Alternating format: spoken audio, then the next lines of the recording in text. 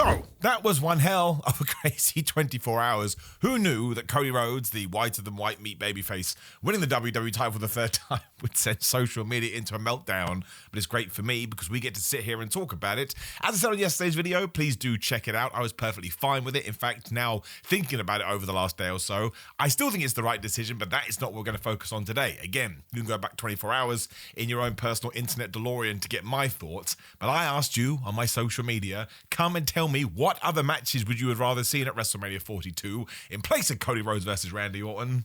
You came through. And we start with my man Corey, who is of Fightful. Like Corey, he's a nice guy, and he wrote Jacob versus Drew. Jacob is everything they wanted Solo to be. Don't throw stuff at Solo there, Corey, but you just say, but Solo wasn't ready, has a different skill set, which I think is fair. Jacob has been ready to get past the ball. Not a big hater of Cody versus Randy, though. So that is a theme that you're about to see during this video, is that some people have said, it'd be very interesting to see what the mainstream take on it is, that we should have just pulled the trigger with Jacob Fatu and put him in a world title match. As far as I'm concerned, if you're going to do that, he probably needs to win.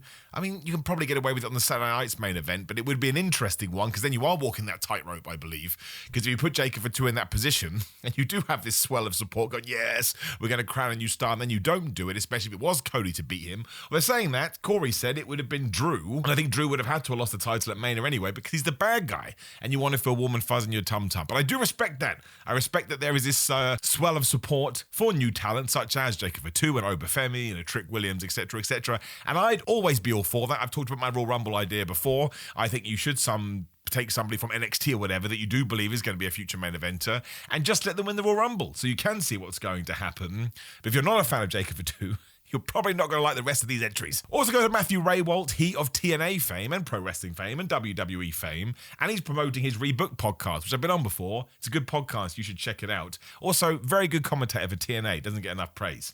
But he was talking about the fact that they had talked about it on the podcast and shameless promotion. Matthew can use me for shameless promotion whenever he wants. And we were feeling a four-way with Drew McIntyre, Cody Rhodes, Jacob Fatu, Randy Orton, which could have been fun. And we had a few ways you could tie the stories together. I think Cody, Randy still has a lot of potential, of course. So make sure you check out his podcast to see what they got into. I didn't mind the idea of a four-way. I do feel like wrestling in general, especially WWE over the last couple of years, has over-relied on multi-mans, which is why I wasn't a huge fan of doing it at WrestleMania, because I just prefer singles feuds. And again, if you watch any of my videos the last 2 years, I've been super into the idea of a proper program between Cody Rhodes and Randy Orton. And while I would have loved this match, I think it would have helped Drew, would have helped Cody, would have helped Jacob, would have helped Randy. I just don't know how you get out of it without ruining the stipulation of the Elimination Chamber. Now listen, there is a big part of me like, who cares? It's just a stipulation. It's pro wrestling. We should have as much fun as possible. But at the same time, that's what WWE has also done for a long old while. And look what happened when Punk and Drew got in that Hell in a Cell and finally took that stipulation and reminded you how great it could be. WWE's not done a Hell in a Cell since then, so the next time they do it, it's going to have more worth, as opposed to when we had a pay-per-view called Hell in a Cell, and they often would just take two people and figure out a way to put them in the cell, which never works as well. You want to go story first. That would have been great. It really would have done. And again, even though I think both main events of WrestleMania have the worth, the Sunday night, the night two, is always going to be bigger because that was the WrestleMania main event. So it does mean that on the Saturday night, you probably can have some more fun. There would have been this, but I really do think you would have opened yourself up to a lot of criticism about the Elimination Chamber, and I totally understand why WWE don't want to do that, and also I respect it. They picked a singles match and they went with it. I hope they don't change their mind now after all the craziness, but at the moment I think they picked the right way. K3Y says, keep Cody and Orton, just let Drew Claymore Aldis next week and have them fight at WrestleMania. I don't hate that at all. That has now been rumoured for a couple of weeks. I think it probably has to be Jacob Fatu versus Drew McIntyre. I think Jacob Fatu needs to win. Everyone keeps saying that Drew McIntyre is off to film the Highlander movies. I'm sure that is true, but I also think somebody just made that up and now we've turned it into fact, right? I think there's a blurred line to all of it. But absolutely, if you've been a fan of Nick Aldis over the last few years, I guess the question is it a WrestleMania match, or do you do it more like Pat McAfee versus Gunther and use it to bolster another pay-per-view? Obviously, Nick Aldis has way more credit in the bank as a professional wrestler than Pat McAfee. Though Pat McAfee, in terms of WWE lore, has wrestled more than Nick Aldis, so I think you could probably argue that either way. I don't mind Drew versus Nick Aldis, and I think we probably should get to it eventually, but WrestleMania being the showcase of the Immortals, I think we should platform Jacob Fatu, and we should send him off to the good time. Josh H has given me a lot of words here. I'm going to point out as well, I should have said at the start of the video, if I don't agree with your take, I'm just going to tell you, and I expect you to tell me as well. We're going to get knee-deep into this. Honestly, the only thing that would have been better is a massive multi-man match. Here we go, featuring Randy, Cody, Jacob, and Drew. I mean, it makes sense Drew screwed Cody in the chamber and Jacob in his qualifier, so they have an easy into the match, plus obviously Randy won the chamber. Once again, it comes down to the idea, how much do we care about the rule set of the Elimination Chamber, right? And listen, WWE did renege on the whole Drew McIntyre and Cody Rhodes rematch, but then you can also argue, and I would actually take this stance as well, that it was Drew McIntyre's fault. If you have a heel being an asshole, there has to be some consequences. Otherwise, why wouldn't all heels just go as far as they possibly could? You wouldn't even need the line. You're going to have to let me know in the comments below. I guess that is the big takeaway question from all of this. Would you have really cared? And I want you to think about it, because some people pretend that in the moment it does happen, they go crazy. If WWE had Randy Orton win the Elimination Chamber, and then we still got to a multi-man match, would you be a bit like, well, what was the point of the chamber then, man? We just threw that whole thing out the window. George, my man, says I would have had Jacob Fatu in the chamber and had Drew versus Jacob, as he was the one that got attacked by Drew. We think. I still think that's been confirmed. Then you can still do Cody versus Orton because it doesn't need the title. So a couple of things here. I think a lot of the booking that people are upset about goes back a few weeks, even a few months, even all the way to WrestlePalooza. I'm not saying you're right, I'm not saying you're wrong, but I am just saying post-Elimination Chamber, so before we can go back and put Jacob Fatu in there, I still think Randy versus Cody was the right thing to do, and I'm going to double down on that hill. But sure, I would have had Drew McIntyre win the belt at WrestlePalooza, and then he could have lost it on this SmackDown, then he gets a big chunky title reign. People would have been mad because we're so close to WrestleMania, but maybe less mad. And I don't agree with this idea that Cody versus Orton doesn't need the title. Sure, it doesn't from a showcase point of view, or from a marquee point of view, but if you have a marquee match, you know what makes it a double marquee match, a WrestleMania match, dare I say? Letting them fight for the WWE title, especially because Cody only just won it, especially because Randy Orton's going for number 15, 16, 47, whatever the flub it is. I don't see why Jacob and Drew, I would argue the other way, Jacob and Drew could not be for the title, because again, in terms of superstars, Randy Orton and Cody Rhodes are just bigger. If you were going to do a superstar maths quiz, whatever that is, Randy Orton and Cody Rhodes together have more superstar power than Drew McIntyre and Jacob Fatu, mostly because Jacob Fatu is still on the come up, and once again, he'll definitely get there eventually, but he's not there now. But I've had a few social media messages of people saying, why does it need to have the title in there? Because the title's big deal, man. So you take a big deal match, I repeat myself, and you add another big deal, you get triple big deal, and that sounds like a McDonald's burger. Unfiltered with a P. Brilliant. Out of nowhere, this one. Drew McIntyre champion versus Brock Lesnar chamber winner. Rerun the match with the crowd. Yep, that's true. Cody versus Randy, number one contender match. Sami and Jacob can find other things to do, which is a wonderful booking thing. What are we going to do with Sami and Jacob? We'll figure it out. I think a lot of people feel that's the problem with WWE. They are saying that. I don't want Brock Lesnar in the main event of WrestleMania. Brock Lesnar's role right now should be losing to Oba Femi and turning Oba Femi into a monster. I can guarantee with a 99.9% certainty that if Brock Lesnar had been in the chamber and won it, everyone would have got the same reaction we did yesterday, but it would have been for the Elimination Chamber. I think you've justified it well. Drew versus Brock going back to WrestleMania WrestleMania in 2020, but that was 6 years ago. We've just moved on. There's no need to go back. Foxy Grandpa, I just realized, has a profile picture of me. We need to filter these messages more. Oh, thank you very much.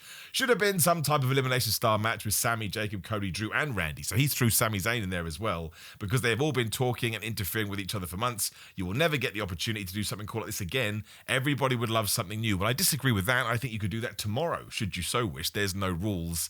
I mean, I think working Sami Zayn in there, I mean, he could have taken the pin, I suppose. I think Sami Zayn should go on a little heel turn, and I think his redemption arc should be winning the World Championship in 2027. We're going back to the idea of the multi-man match here, and I just think that WWE needs to stop relying on that, on a little bit of a trope. I think sometimes they do feel backed in the corner. Go, we'll just do a multi-man match. I genuinely want to see as many people on WrestleMania as possible, but I can have that, right, as a fan. But I think if you are booking the show, sometimes you really need to look at the feuds and look at the people and go, well, what do we need to culminate, or what do we need to kickstart here in order for there to be post-WrestleMania interest? If it does mean somebody misses the card, that does suck. But if everybody gets on there, then it has the same effect as nobody being on there, because you're trying to put square pegs in round holes. So I don't want anyone to miss out on WrestleMania, but I do like the idea that we can take a feud, we can make it one-on-one, and then it peaks or kicks into gear at WrestleMania. And that's my other thing as well. We're not living in the same time as we once were. People say, but we're meant to finish feuds at WrestleMania. It just doesn't work like that anymore. And also, I actually think that's a better thing for a 2026 world, because sometimes we do get to May and WWE is a little bit lackluster because we have peaked so hard. So now, something like Randy versus Cody, you could run it for 3 months, and that may actually keep interest up. And ultimately, that is more important, especially because WWE wants all their events to be as big as WrestleMania, which probably means WrestleMania will be diluted as the years go on. Ultimately, you want to make sure you have that intrigue week to week. I don't mind a feud starting at WrestleMania. WrestleG, thank you for chiming in, says he. Cody versus Jacob Fatu would have been the route I went down. Jacob would have benefited greatly from being in a program with Cody, and Cody at the moment in time doesn't need the belt to remain over. Drew and Orton could have built something, and a Mania win over Randy would have done far more for Drew. Well, I think Drew would have lost that match. That's the issue. Which way would WWE would have gone? Cody versus Jacob Fatu I like. I think that probably would have meant that Cody was the guy that attacked Jacob. How else do you justify it?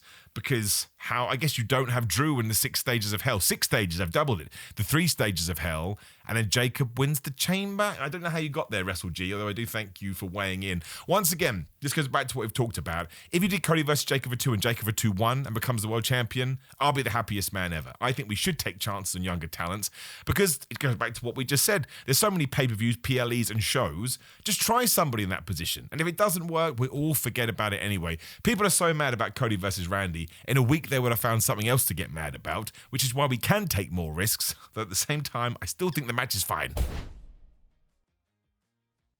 Jack says, I like Cody versus Orton. It was fairly obvious that was the play as soon as Randy won. What I don't like is that it's at Drew's expense. Drew carried the company through the COVID era, and he gets a month and a half traditional title run for it. I think Drew and Fatu are up next. I agree with all of that. And it is a shame. We said this yesterday. 2 things can be true. I can be pumped for Cody versus Orton, being like, oh man, it is a shame what happened to Drew McIntyre, but that's just the way that it is. And he was great during the COVID era, but that was over half a decade ago now. So you have to leave it in the past at some point. And in terms of a traditional title run, the opposite to all of this, and again, we have to deal with the facts that we have and the timeline that we have, would have been Cody winning the 3 stages of hell match. I said it then, I'll say it now. Even if Drew had lost at the Royal Rumble, I would have still advocated for him beating Cody Rhodes, because for him to sort of redeem his character in that main event scene and continue to be a title contender, he couldn't have lost again. That's half the problem now. You can't run Cody versus Drew at WrestleMania, because we've done it too many times. So even if you want to call it a transitional title run, it was the right thing to do. Dread Pirate Roberts II, which is a very interesting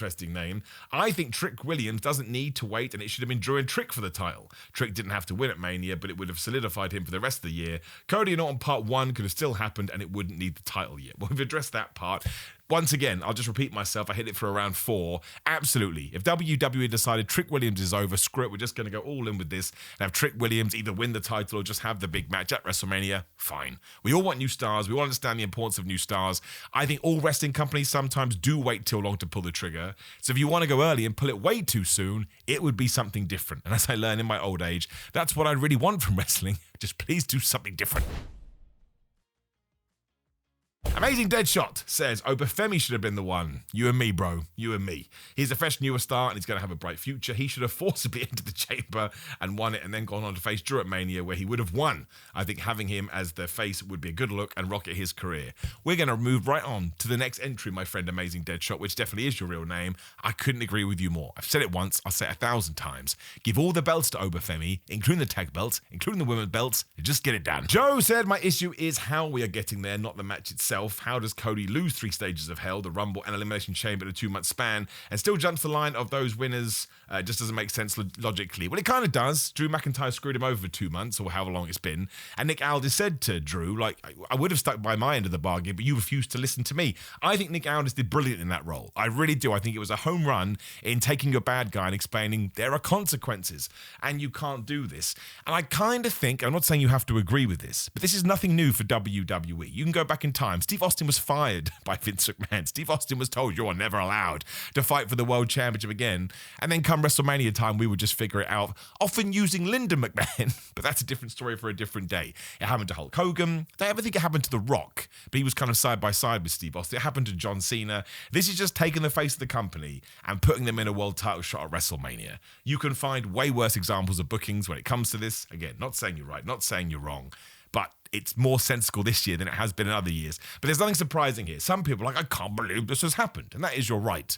But at the same time, WWE has done this for around about 3 decades. Grady Bullock says, I think Randy versus Cody is the best match if you want to sell tickets. Interesting. We're getting into the business side of things.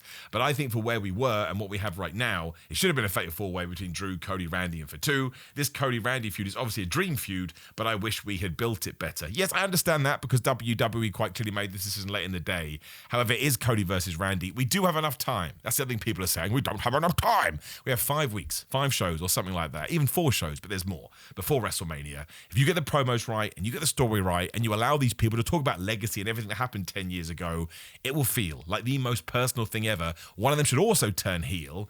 I am putting my faith in WWE, and you know what? If they screw it up and it sucks, I'll tell you too, because it's wrestling and it's the most important or least important things. Clint Masters, real name for sure, no idea. I don't really watch wrestling, but any match with Danhausen would be best, or at least very nice. Clint, you are a man after my own heart. Mostly what I did after SmackDown yesterday was pleased for Cody, was a little bit upset for Drew, but the Danhausen segment made me laugh so much I stared off into the distance and I thought to myself, this pro wrestling malarkey is pretty flubbing good. So thank you, my friends. I had over 600 replies to my social media posts or something like that. So I tried to pick a handful, which kind of, gave the sentiment of what you're mostly thinking, which is a multi-person match. I wouldn't have minded it. I would have looked forward to it, but I absolutely would have made a video also going, what are we going to do with stipulations going forward? I'm happy to take more of these because, again, we've got weeks till WrestleMania, so drop me a comment below. But otherwise, please do like the video, share the video, and subscribe to the video on the screen to get my in-depth reactions right after the episode of SmackDown. I think they're interesting, but I would do. Maybe they absolutely suck. Otherwise, patreon.com/Simon316, goodremind.com/Simon. You go to Simon to get money off. Ships worldwide, best fitness supplements you can take, and I take them every single day. I've taken 2 of these on said day. Otherwise, SimonMiller316 on social media if you want to get involved in these conversations in the future, and TikTok and Pro Wrestling Tees and Cameo for that sort of stuff. And check out my brand new interview series, which is just between you 2 ferns, but I like doing it. Did it 10 years ago, doing it again now, called Under the Mat with Simon Miller. Otherwise, plenty of time has passed now. We can calm down. And see you soon.